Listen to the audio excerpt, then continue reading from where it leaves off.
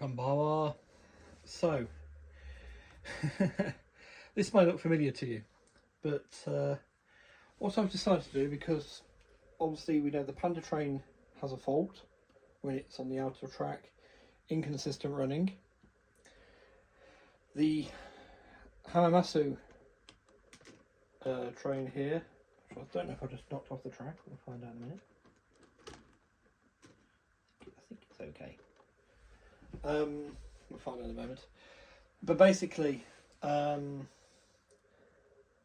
ran fine on the inner track all day yesterday. So, the purpose of this exercise is now to find out if it is something with the outer track, potentially, because obviously the outer track worked fine with Kato and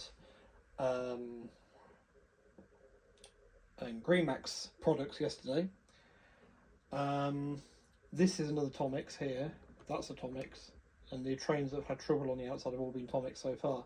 So, just going to see what's going on here on the outer loop and see if this one behaves itself. I'm basically going to do another 10-minute tally.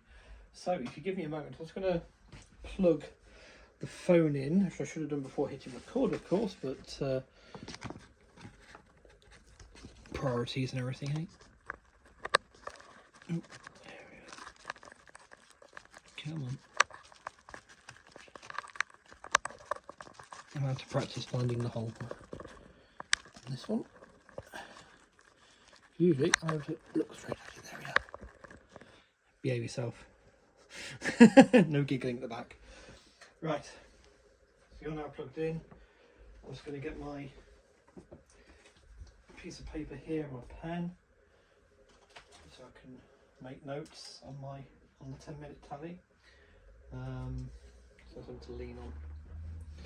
Just need something to lean on. Here we go. That will do. So I'll put Panda and line down the middle.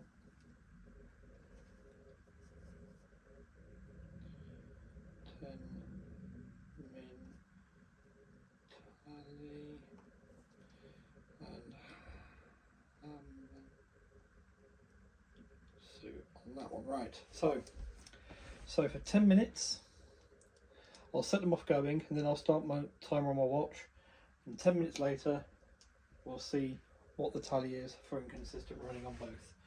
Okay, so set them off. Panda first.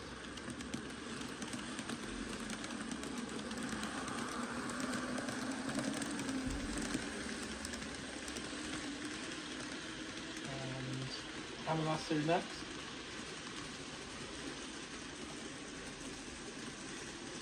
I'm going to set them both to the same speed. Dial on the controller here. They both got the same settings. The time starts now. It's not a good start, is it, for the Panda? So, you get to sit with me for 10 minutes watching the train. I also want to record it so you can see what's going on.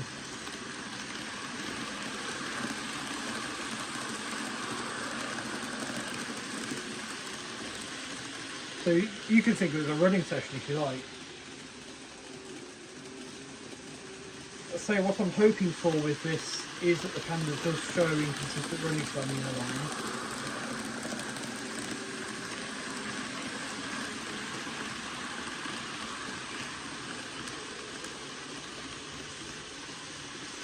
And that the Hamamatsu runs fine on the outer. In both.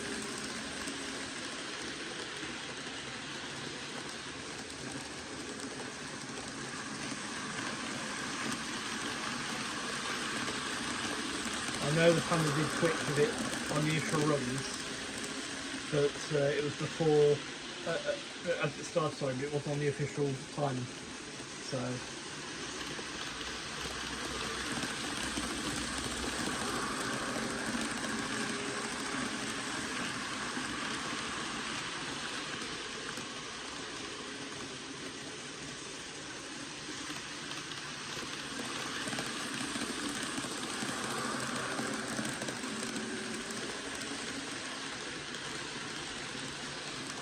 going to put the lights on in the shrine in the farmhouse, but I don't think you actually see it.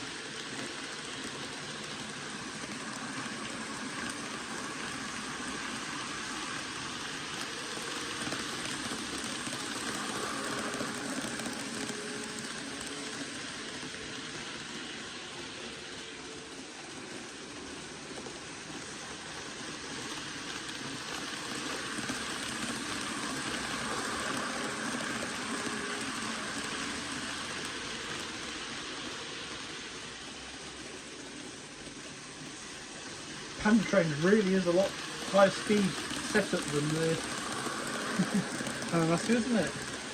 Considering on the same speed stuff, I know it's got a shorter distance to travel with being on the inner line like that, but yeah,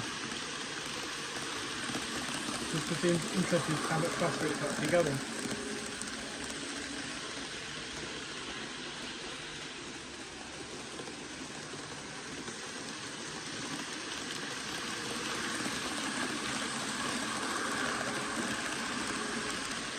So 3.5 minutes in. And this is why it's important to do it from a measured time, because those little twitches at the beginning might have been nothing.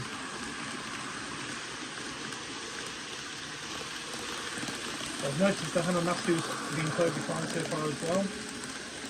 Consistently been running.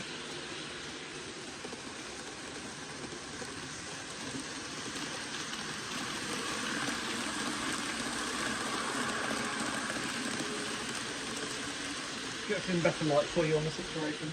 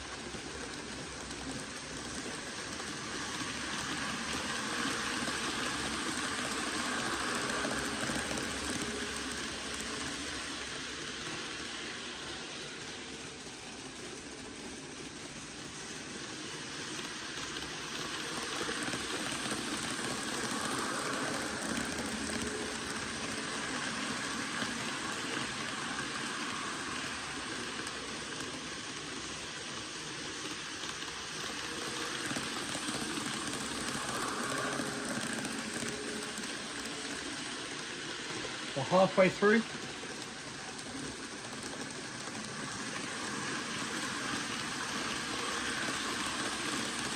Suppose a quick 10 minutes can actually pass.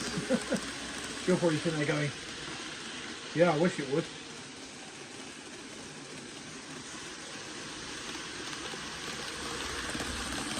What this also allowed me to do is make sure the trees I'm pushing over here are not fouling counterparts.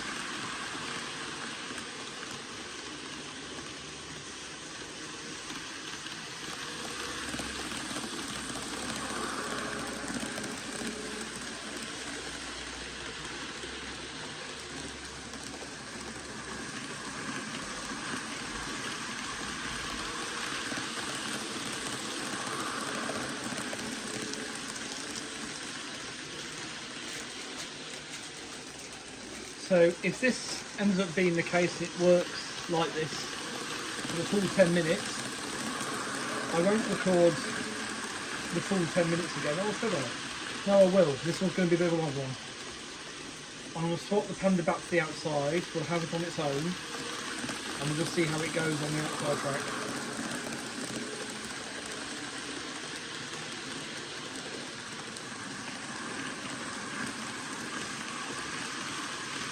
But we have Tomics here on the outer track, and it's working, which is good. That makes me happy again. But if anything, it's individual trains acting up, not the layout as a whole, which restores me confidence in it.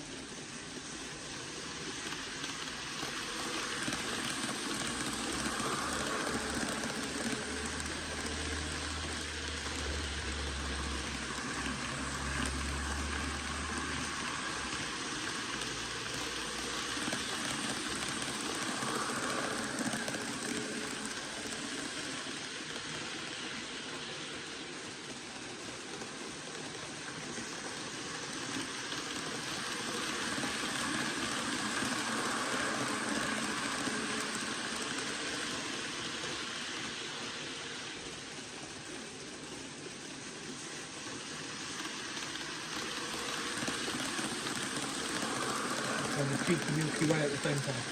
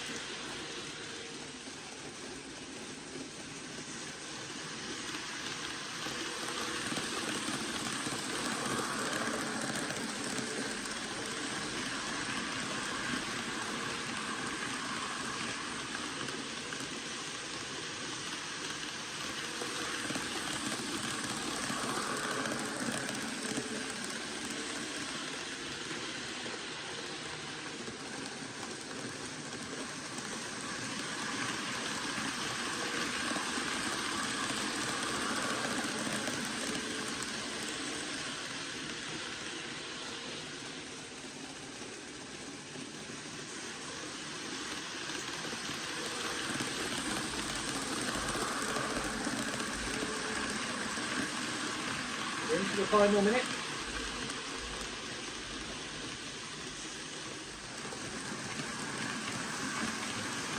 So there's a bit of missed footage there. I caught my foot on the cable and pulled the phone over.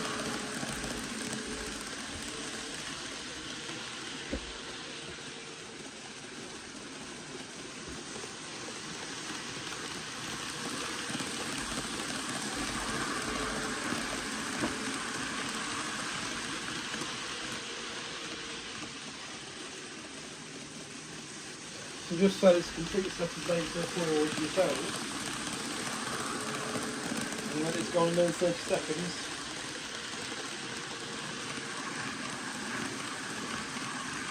I mean, it was less than 30 seconds you lost, but it's pretty cool. 10, 9, 8, 7, 6, 5, 4, 3, 2, 1, and there we go. 10 minutes, 2 seconds of running without incident. Right. Give me a moment to stop the trains and swap the Panda onto the outer line. Okay, so Panda is on the outer track now. Set to forward. I'm going to do the same thing again where I said stop going.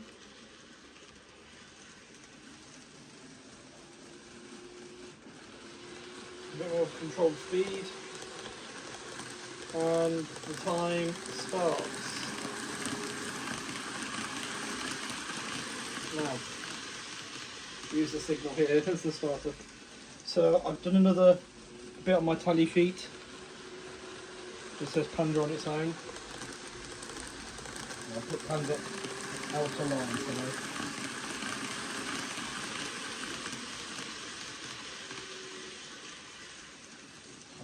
I'll put mode in a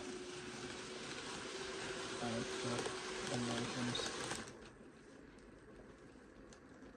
Press away. 1.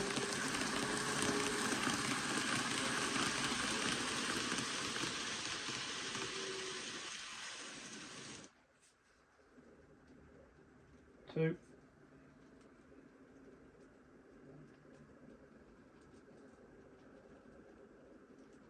If anyone's got any ideas as to why it's doing this, please drop a comment below, because obviously you've just seen it run 10 minutes absolutely fine. This is the longest it's crawled for.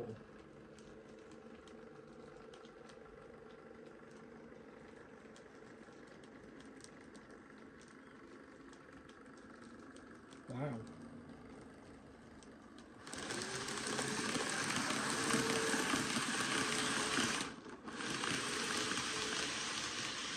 Three.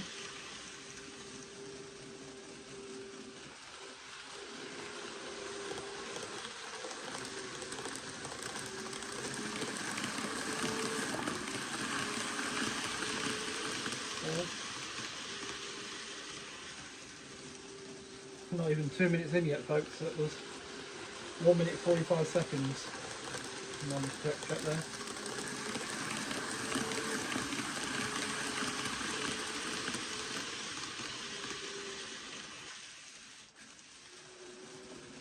That's 5.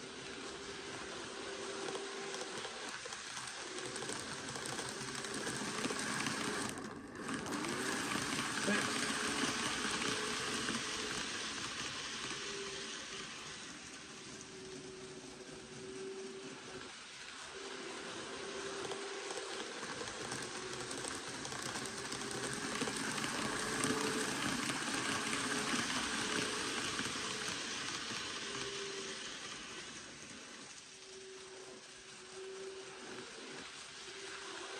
There's definitely something wrong with the train, isn't it?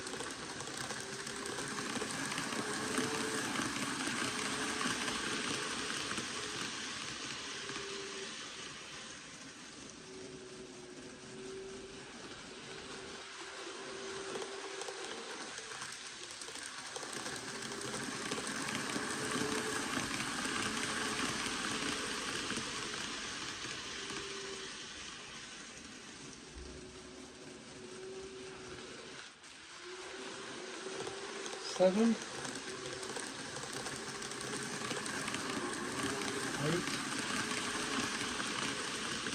Thought you'll notice that, didn't you? What I'm really glad though is you can all see what's going on as well. You see I'm not making this up, you know.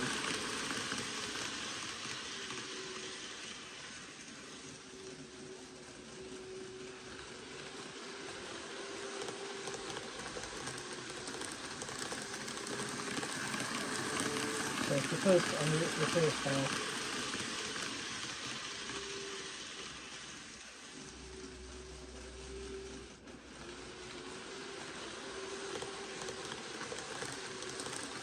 Less than 5 minutes out of the other one.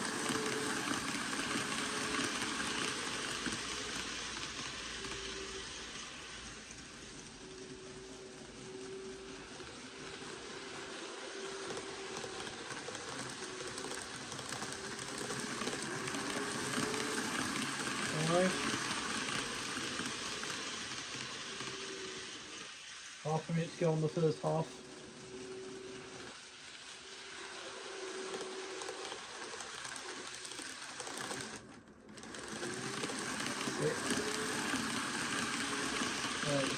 11 now.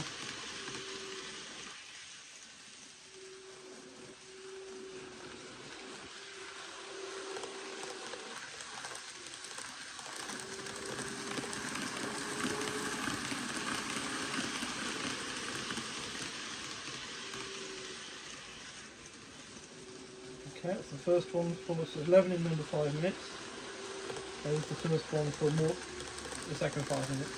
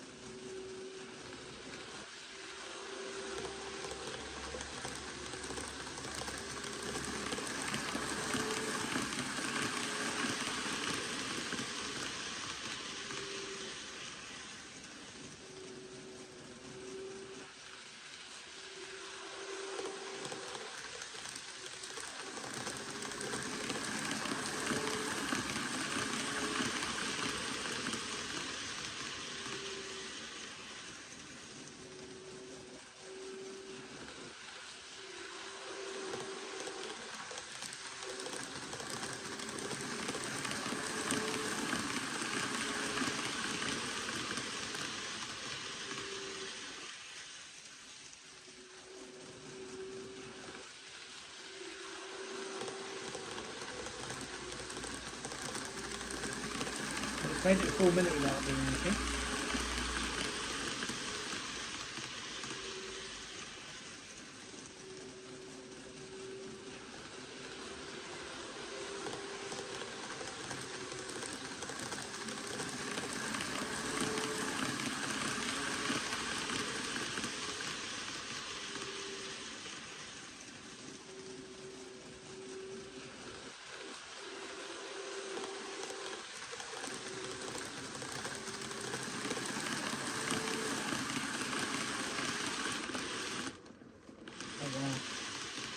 We count that as 2 or 1.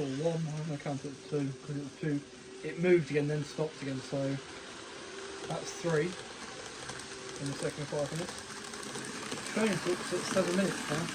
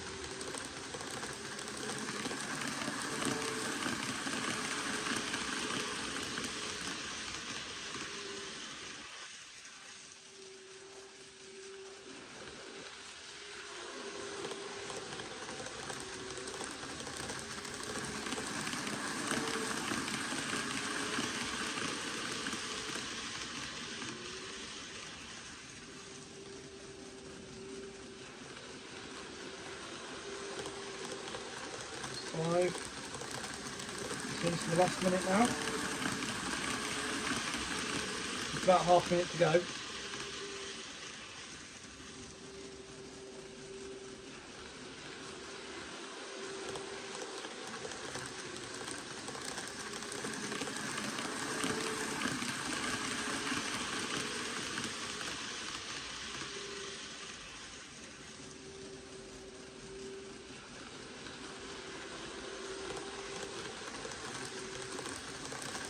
Ten, 9, 8, 7, 6, 5, 4, 3, 2, 1. There we are. Interesting with another one. But in 10 minutes,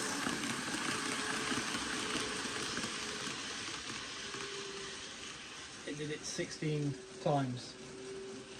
Okay, I'll be back in a second. Right, just so you see there's no trickery involved. I'm about to put something on the track which is actually one of my smallest engines, if not the smallest. This little steam engine by Kato. It's a class C12 262 tank.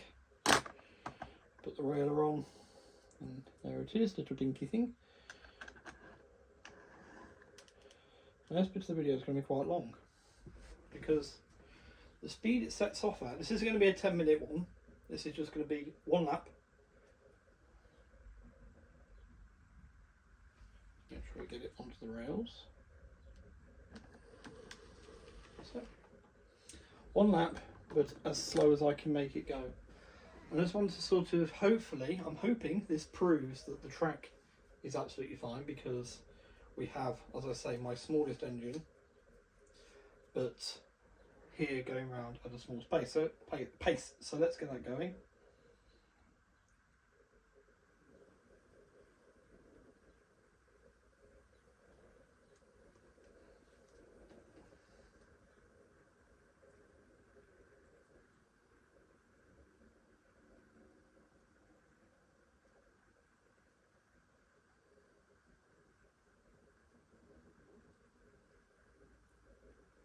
Okay, so it's just making its way round the back by the shrine. It's just over here, still moving.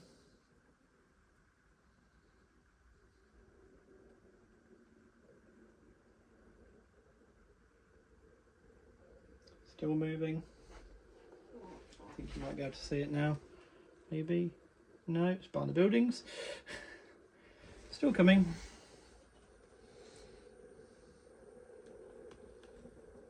Here it comes.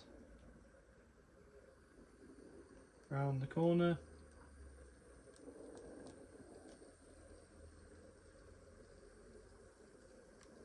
It's not even got enough power going for it to keep the LED lit properly. And there it comes past you.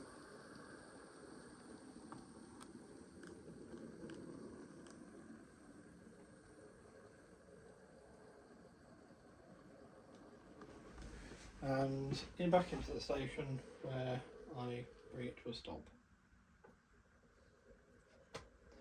So as you can see, C1266 has just done a complete circuit without any need for any assistance or anything else.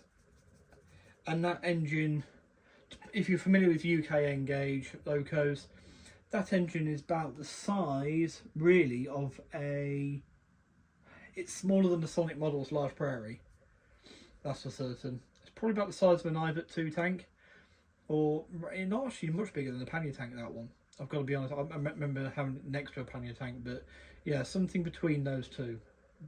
Not quite as big as either. Not quite as small as the pannier, not quite as big as the Ivet, but yeah. So, yeah. It's definitely the train. Which means there's a couple, basically, the 2 or 3 that actually need some TLC. Which, okay, I'd rather know that than think that everything I've done here has been a total waste of time. So, we end on a very positive note, I think. Let's go over to me. Well, it's not often I'm peering over the top of the signal box, but I wanted the C12 to be in view as well. So yeah, I'm relieved. I've got to say, I'm very relieved, because I thought, honestly, was starting to believe that my work, my scenic work, was somehow detrimental to the trains. I thought with the ballast it was a real kill or cure moment, and you know, if this doesn't work, you've just screwed up everything even further. But it's clearly not the case. This wouldn't run, this engine would struggle to run if the track was filthy, for a start. If it was compromised by ballast or by, you know, grass or whatever. So any train would struggle. But we've seen, and we've also seen other Tomix models now working on the outer track, bring us a lot more relief to me. Just mean, though, that something needs to happen with those trains. Okay, what I don't know at the minute, there was actually a piece of ballast stuck to the side of the track there. I just noticed, but yeah, it's gone now. But what it does mean is I can just carry on building. We know the Panda actually works on the inner line, so if I want to run it, we put it on the inner track.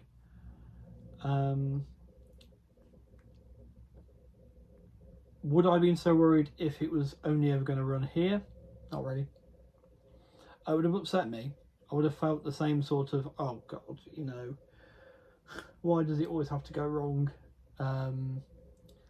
Feelings, but I wouldn't have been so het up, because all I could think of was going to a show and just being completely laughed out of the building, because you know, trains running inconsistently. I've noticed a lot of YouTube channels that go to shows now, some of them are really mentioning when layouts don't run right. Some of them being kind with it,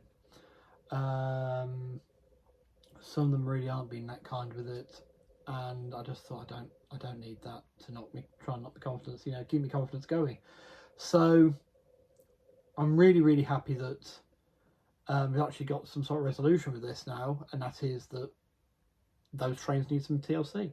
So at some point I'll look at them. For now, I'm just going to concentrate on getting the layout running. They're not going anywhere. They're not going to go anywhere. They're not going to. It's going to. They can just wait now. And ideally, I won't use it any of the three. So it was the Panda train, and the Penguin train, which I was hoping to bring to you next stream, but the Penguin train didn't run well at all. And the Seaside Liner was the other one, which I know is one of Dale's favourite ones. So yeah, I'd say any ideas on what could be causing the issue that you saw on the Panda Crucio on that final 10-minute tally?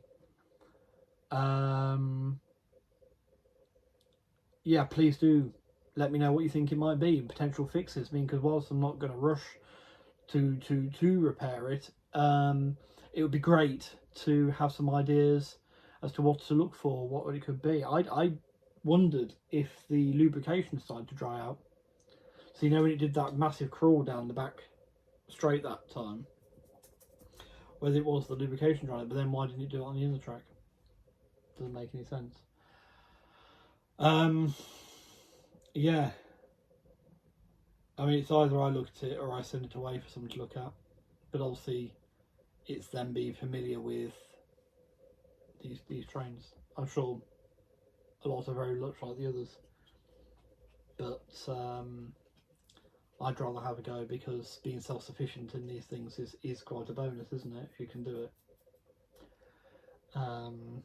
What I will do is see if there's spare chassis available for it before I do go mucking about with those, because I don't want to end up with another Isuzu Kaiju. Is it Kaiju or Kaiji? The E353 again, where it sits out of service ranges because I've managed to break the chassis. Yeah, make sure the replacement ones are actually available. I mean, it could be I do that, see if I can get a replacement chassis for the Panda, and then just to get that running, swap it out straight away, and then I've got plenty of time. I've got even more time then to check the original over, enact any maintenance/repairs it needs, and then I've got a spare. So if the other one starts to go, and one, I know what to do with it, and two, we've got one to sort straight in, and I can do that then with the other two. Really, I mean, one of them is going to be really easy, which will be the Penguin, because that was a Tomitech train, which I had to buy a chassis for anyway, so let's get another copy of that chassis. But yeah, so a very positive note, I feel.